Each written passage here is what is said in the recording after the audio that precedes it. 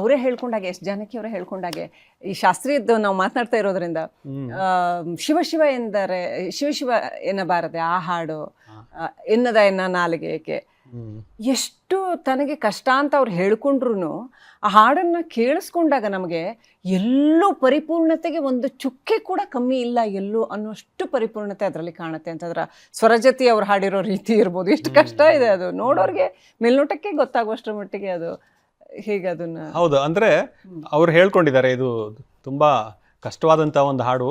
ಅದನ್ನ ಎಲ್ ವೈದ್ಯನಾಥನ್ ಅವರು ಮಾಡಿ MS ಗೋಪಾಲ್ ಕೃಷ್ಣನ್ ತುಂಬಾ ಹೆಸರಾಂತ ವಯಲಿನಿಸ್ಟ್, ಅವರು ಅದ್ರಲ್ಲಿ ನುಡಿಸಿದ್ದಾರೆ. ಅವರು ಇದನ್ನ ಇನ್ಸ್ಟ್ರೂಮೆಂಟಲ್ ಮಾಡ್ಬಿಡೋಣ ಅಂತ ಹೇಳಿದ್ರಂತೆ. ಅದಕ್ಕೆ ಎಲ್ ವೈದ್ಯನಾಥನ್ ಇಲ್ಲ ಜಾನಕಿ ಹಾಡ್ತಾರೆ ಇದನ್ನ, ಅವ್ರ ಕೈಲಿ ಹಾಡ್ಸೋಣ ಅಂತ ಅದೇ ದಿವಸ ಹೋಗಿ ಅದೇ ದಿವಸ ಕಲ್ತು ಹಾಡಿರೋದು.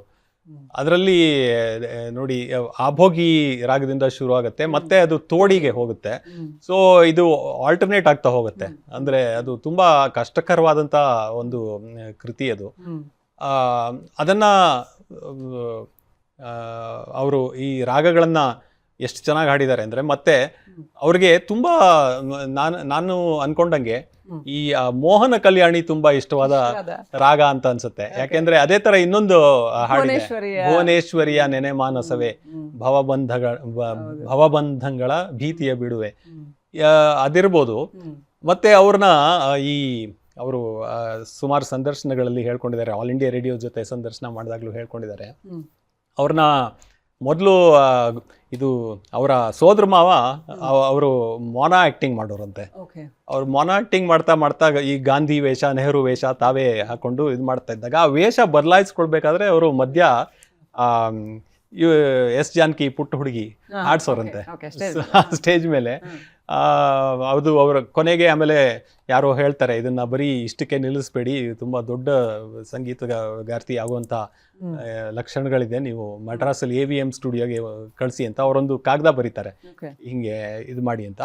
ಕೊನೆಗೆ ಅಲ್ಲೂ ಹೋಗಿ ಅವರು ಒಂದು ಆಡಿಷನ್ ಆಗತ್ತೆ. ಆಮೇಲೆ AVM ಸ್ಟುಡಿಯೋವರೆಗೆಲ್ಲ ತುಂಬಾ ಆಶ್ಚರ್ಯ ಆಗಿ ಇಷ್ಟ ಆಗತ್ತೆ ಇವರು ಹಾಡಿದ್ದು.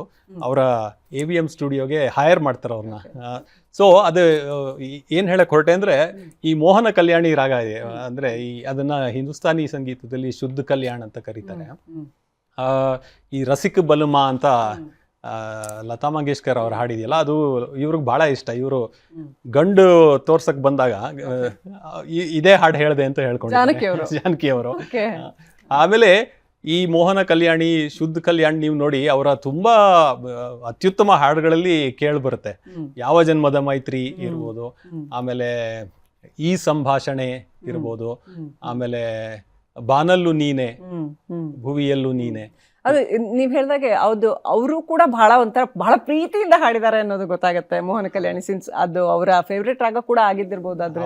ಹೌದು, ಫೇವ್ರೆಟ್ ರಾಗ. ಮತ್ತೆ ಅದು ಆ ಹಾಡಲ್ಲಿ ಅಂದ್ರೆ ನಿಮಗೆ ಶಿವ ಶಿವ ಎನ್ನದ ನಾಲಿಗೆ ಏಕೆ ಅನ್ನೋದು ಬಹಳ ಸೆರಿಬ್ರಲ್ ಆದಂತ, ಇಂಟೆಲೆಕ್ಚುಯಲ್ ಆದಂತ ಒಂದು ಕೃತಿ ತರ ಕೇಳಿದ್ರೆ, ಈ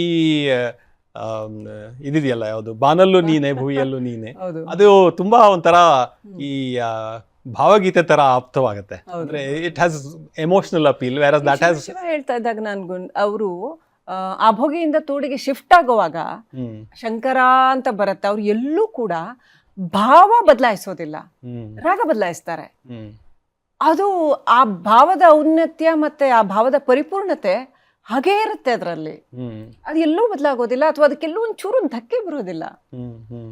ಹೇಗೆ ಅದು ಭುವನೇಶ್ವರಿಯ ನೆನೆ ಮಾನಸವೇ ಇರ್ಬೋದು, ಅದರಲ್ಲೂ ಕೂಡ ಅದು ಪಕ್ಕಾ ಒಂದು ಕೃತಿ, ಸಂಗೀತ ಕಚೇರಿಯಲ್ಲಿ ಹಾಡ್ದಂಗೆ ಕೇಳುತ್ತೆ. ಅವರಿಗೆ ಅಂದ್ರೆ ಆ ರಾಗಗಳು ಮತ್ತೆ ಸ್ವರ ಪ್ರಸ್ತಾವನೆ ಇರ್ಬೋದು, ಅದರ ಆಲಾಪನೆ ಇರ್ಬೋದು, ಅದು ಎಲ್ಲ ಅವರಿಗೆ ಇಂಟ್ಯೂಟಿವ್ ಆಗಿ ಅವರು ಅದನ್ನ ಏನಂತಾರೆ, ಹೀರ್ಕೊಂಡು ಅರ್ಥ ಮಾಡ್ಕೊಂಡು ಹಾಡ್ತಾರೆ ಅಂತ ಕಾಣುತ್ತೆ. ಅದು ಹೀರ್ಕೊಂಡು ಅನ್ನೋದು ನೀವು ಹೇಳಿದಾಗ ಬಹಳ ಸೂಕ್ತವಾದ ಶಬ್ದ. ಅವರು ನಮ್ಮ ಹಾಗೆ ಲಾಜಿಕಲ್ ಆಗಿ ಬಹುಶಃ ಅದನ್ನ ನೋಡಿಲ್ದೆ ನೀವು ಹೇಳಿದಾಗೆ ಅದನ್ನ ಕಂಪ್ಲೀಟ್ಲಿ ಇಂಬೈಬ್ ಮಾಡ್ಕೊಂಡು ಹೀರ್ಕೊಂಡು ಅವರು ಅದನ್ನು ವ್ಯಕ್ತಪಡಿಸ್ತಾ ಇದ್ದಿದ್ರಿಂದ, ಅಥವಾ ಮ್ಯೂಸಿಕ್ ಅವ್ರ ಮುಖಾಂತರ ಆ ರೀತಿ ಹರಿತಿತ್ತೇನೋ ಅಂತ, ಅವರೊಂದು ಅಷ್ಟು ಪರ್ಫೆಕ್ಟ್ ಆದ ಮಾಧ್ಯಮವಾಗಿದ್ರೇನೋ ಆ ನಾದ ದೇವತೆಗೆ ಅಂತ ಅನ್ಸುತ್ತೆ. ಹೌದು, ಅಂದ್ರೆ ಅವರು ಕೂಡ ಕೆಲವು ಇದರಲ್ಲಿ ಹೇಳ್ಕೊಂಡಿದ್ದಾರೆ, ಇದು ನನಗೆ ಭಗವಂತ ಕೊಟ್ಟಿದ್ದು, ನಾನು ಇಷ್ಟು ಕಷ್ಟದ ಹಾಡು ಹಾಡಬೇಕಾದ್ರೆ ಇದನ್ನ ತ್ಯಾಗರಾಜ ಸ್ವಾಮಿ ಮತ್ತು ರಾಘವೇಂದ್ರ ಸ್ವಾಮಿಗಳು ಬಂದು ಇಬ್ಬಿಬ್ರು ಒಬ್ಬೊಬ್ರು ಒಂದೊಂದು ರಾಗ ತಗೊಂಡು ಹಾಡ್ಬಿಟ್ರು ನನ್ನ ಮೂಲಕ, ಕೃಷ್ಣ ನನ್ನ ಮುಖಾಂತರ ಹಾಡ್ತಿದ್ದಾನೆ ಅಂತ ಈ ತರ ಹೇಳೋರು. ಅದು ಅವರ ಪರಿಶ್ರಮ ಕೂಡ ಇರುತ್ತೆ, ಅದು ಎಲ್ಲ ಕೂಡ್ ಬರುತ್ತೆ ಅನ್ನೋದು ಒಂದಲ್ದೇನೆ ಅವರು ಅಂದ್ರೆ ಈಗ ಸಿಂಗಾರವೇಲನೆ ದೇವ ಅಂತ ಒಂದು ಹಾಡಿದ್ರು, ಅದು ಅದೇ ಅಬೇರಿ ರಾಗದಲ್ಲಿ. ಅದು ಈಗೇನ್ ತುಂಬಾ ಚಾಲೆಂಜಿಂಗ್ ಆದಂತ ಹಾಡು. ಇದನ್ನೆಲ್ಲ ಹಾಡ್ಬೇಕಾದ್ರೆ ಅವರು ಅದನ್ನ ಮೊದಲು ಕೃತಿ ಕೇಳಿ ಅದನ್ನ ಅದಕ್ಕೆ ಏನ್ ಬೇಕೋ ಆ ತಯಾರಿ ಅವ್ರು ಮಾಡಿರ್ತಾರೆ ಸುಮ್ಮನೆ ಯಾವ್ದು.